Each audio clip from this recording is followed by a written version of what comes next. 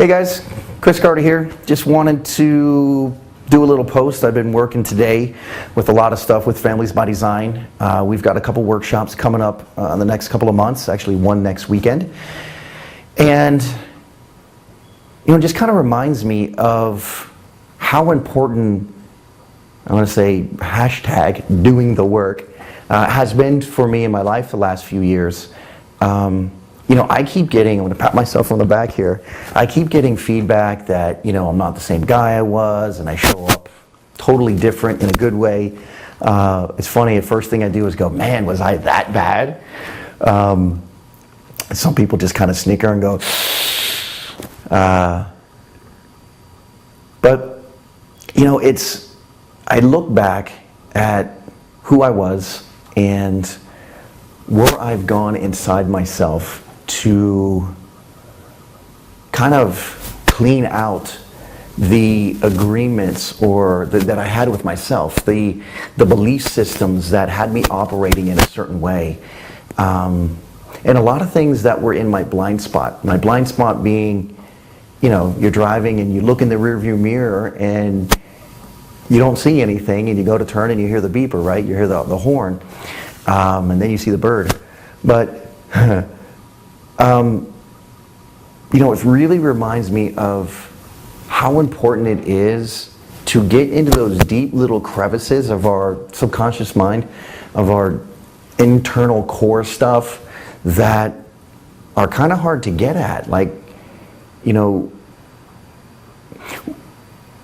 I've learned and experienced, I'm going to use the word experience probably way too many times in the next couple sentences, but you decide. I've learned that people learn from having an experience, and in that experience they make an agreement about themselves or the other person, whatever, but pretty much about themselves from that experience, right? So,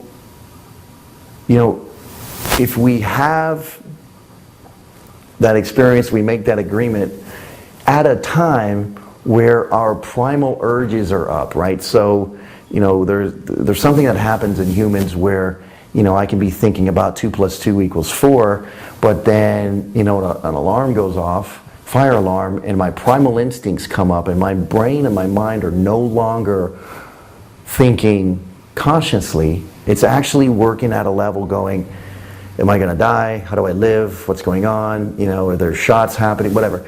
And that primal instinct doesn't have us think rationally. So if something comes up and something happens to us, we're not thinking rationally, and we make an agreement about it, there's a good chance it doesn't serve us because everything's off.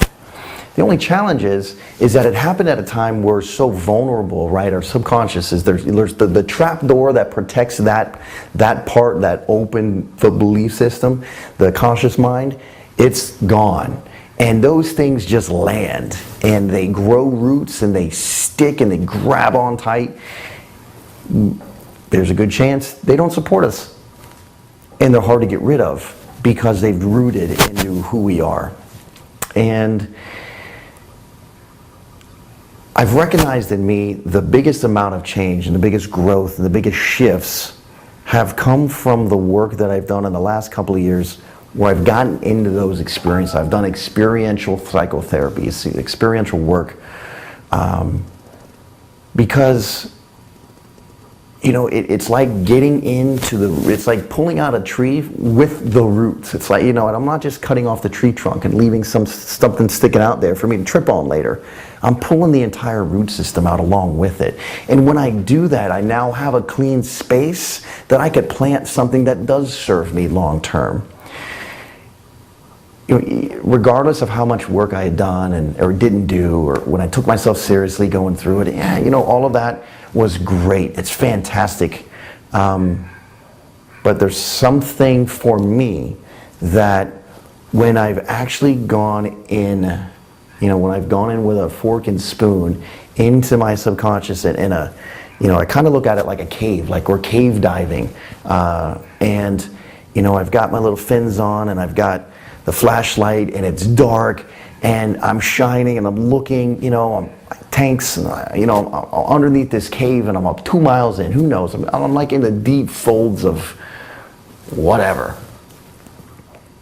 But when I recognize and I can get into that space and clean something out, it makes a huge difference. Man, I've done some things where it's like an anvil, like a weight's lifted from my chest, and it's never come back. So I'm not, whatever that thing was, I'm not triggered as quickly or as much. I'm not saying I'm never triggered anymore, because I'm still triggered, but it doesn't hit me to the core, right? Or it might not trigger me at all. I might be aware that it's coming up for me, and I know it, and I understand it, and I've been there and I've cleaned it out, and it doesn't own me. It doesn't run me, right? There's a big difference in seeing when something comes up and going, oh, there it is, and then make a new choice, and having it not come up, and not having to make that choice. So we're able to operate, for me, I'm able to operate at a place that is further towards my 10, further towards my goal from a starting point. And it's really allowed me to feel free, to feel at peace and to feel calm. It's allowed me to understand my partner, my relationship, my girlfriend now, and hear in her where she's coming from, to know in me that I'm not responding to something where I would have in the past. And on the good side is, I'm not reactionary. I have choice.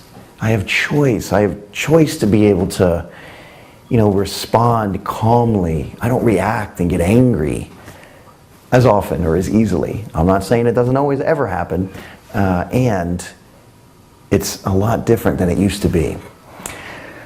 So if there's something in your life that, regardless how much therapy you've gone to, like the hour of the talk therapy, which works and it's great, and if there's something, you've done trainings on or you've gotten coaching on, and it just seems to keep coming up for whatever reason, like you can't lose that you lose 80 pounds and you put 85 back on, or you keep bouncing up and down, or you make money and then you lose it, or you never make money, or you're always choosing friends that take advantage of you, or you choose friends that allow yourself to get taken advantage of because you think you're not worthy, which is really what's happening. But anyway, so if you have something that keeps repeating, take a look at it from a different angle, and that angle is down inside.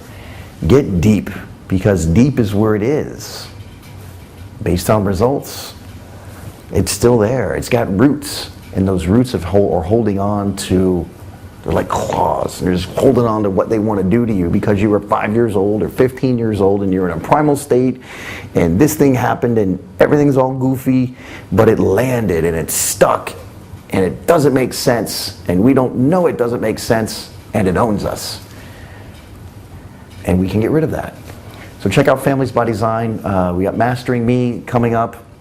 So go to masteringme.org, O-R-G, and we also have a couples retreat. So just check out our website, familiesbydesign.net, and see what our Empowerment Center has to offer as far as workshops. Because, I don't know who originally made this quote. I've heard Tony Robbins, I've heard a bunch of others, whatever, it doesn't matter, but it's, if we're not growing, we're dying, right? As soon as a tree stops putting out new leaves, the old ones fall off, it dies. So I don't care how much you've done, find something and continue doing the work, because there's always somewhere else to go, inside ourselves, for our families, for our relationships, for whatever it is that we're up to. There's always another step. Choose the step. Familiesbydesign.net. Check us out.